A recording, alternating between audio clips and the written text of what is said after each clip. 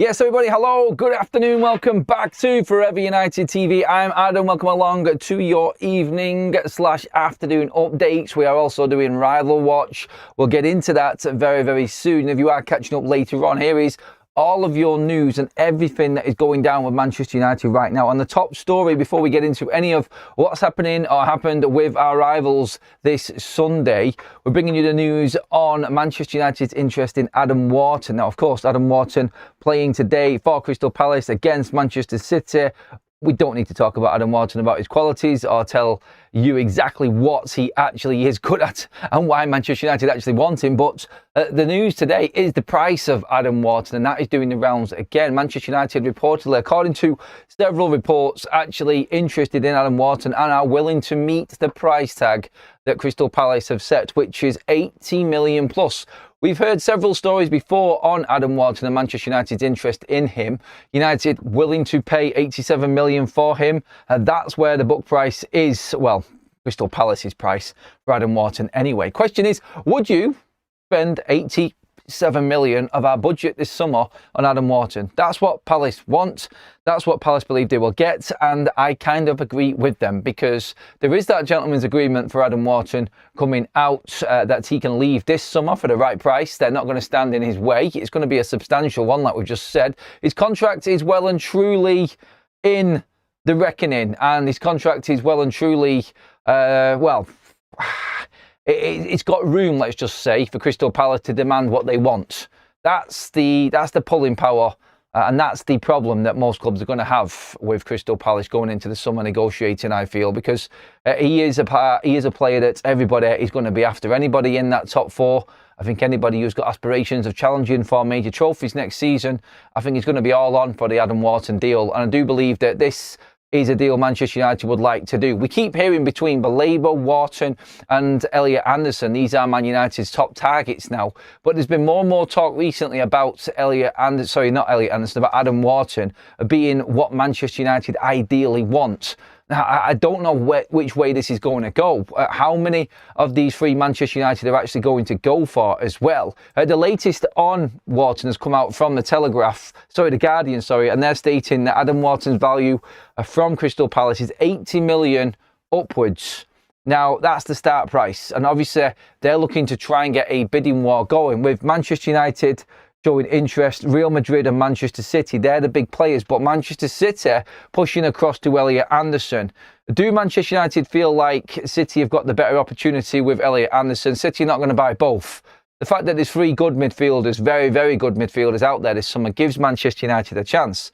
I actually feel like United would go for Wharton and Anderson ahead of Baleba, but they know that Carlos Baleba is going to be gettable no matter what. I think Baleba's now in reserve, and United are confident they'll get that deal done. But they want one of the other two. This is how I read the situation anyway. And I think this is going to be an interesting scrap when it comes to it, because we've heard Liverpool are also interested in Wharton. I don't think Wharton would go to Real Madrid, though. I don't think that's the right move. I don't think his people would push him there. I don't think he would play. Personally, I don't think he would get enough game time there. Manchester United and the importance of United getting into Europe this season is clear, to attract players like Adam Wharton, to attract players like Elliot Anderson. These are the players that Manchester United are targeting. It's all good and well, but the lure and the appeal of Manchester United is now under question because of the competitions that we're playing in compared to our competitors and our rivals.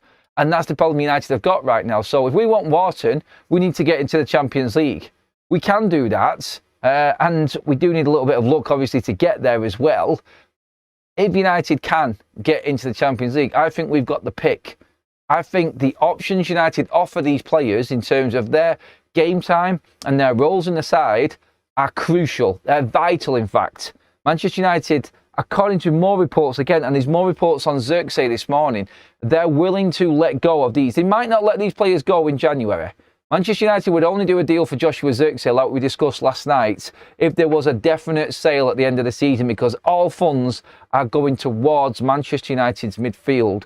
That's where Manchester United's business lies, and that's what's going to happen this summer transfer window. So that is there for Manchester United to attack. That's there, and that's the priority. So anybody sold is going towards that. It's not so much a sell a player at wing back or defence or midfield or attack and swap them with the equivalent. Everything United are doing this summer is going in stages. Ruben Amorim was talking earlier on, again in another interview that's been released today on the Sunday, about how Manchester United addressed the forward line and the goal side of things in the summer. It's stage by stage through each summer transfer window. There's a priority area. Everything goes into that first of all. Nothing else comes near it until that is sorted. United went out and got Sesko, Cunha and Mbeumo. And then we went to Carlos Baleba, couldn't quite get the deal done, had enough just to rectify the goalkeeping situation. Priority number one is midfield. And everything is going into that. Zirkzee sold, Mainu sold, whatever it is, Agate, any of the players leaving, big contract players not getting renewals, it's all going towards getting the midfielders. United want two of Elliot Anderson, Baleba or Adam Wharton. They want them deals to happen. I think, and I want your opinions on this, so get into the chat as well. If you are live with us right now, then please do get into the live chat as well. But I feel like it is Carlos Baleba's bottom. United know they've got him. I think they want one of the other two. I think they would go for Wharton because Baleba gives them that, I think Baleba gives them that energy, strength and pace.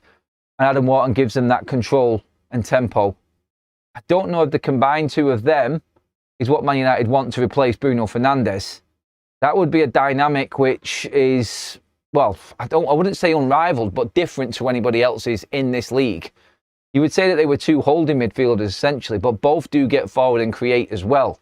And that's the energy levels that Manchester United need in midfield. So that would be a different dynamic. I think if United did get them too, they would go all out for a left attacking wing back as well. Because then your attacking players, you would have at least 5 of then if you've got 2 more defensive type midfielders who can still move forward but are predominantly not Bruno type players.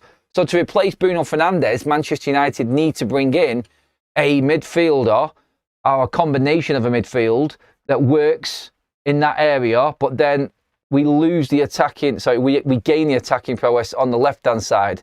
You'd have Ahmad, you'd have another attacking, similar player to Ahmad on the other side, on the left. So there's your 2 wide attacking players. You've got controlling midfielders in the middle in Baleba and Wharton, which gives you the extra defensive side of things as well. And then your 3 forwards. Half of your team is attacking, half of your team is looking after that defence, but is a perfect link up to the forward line as well. Does it make sense? I think I kind of made sense with that there on that one. But yeah, Wharton is a top target. We know United are willing to go that far and spend that money.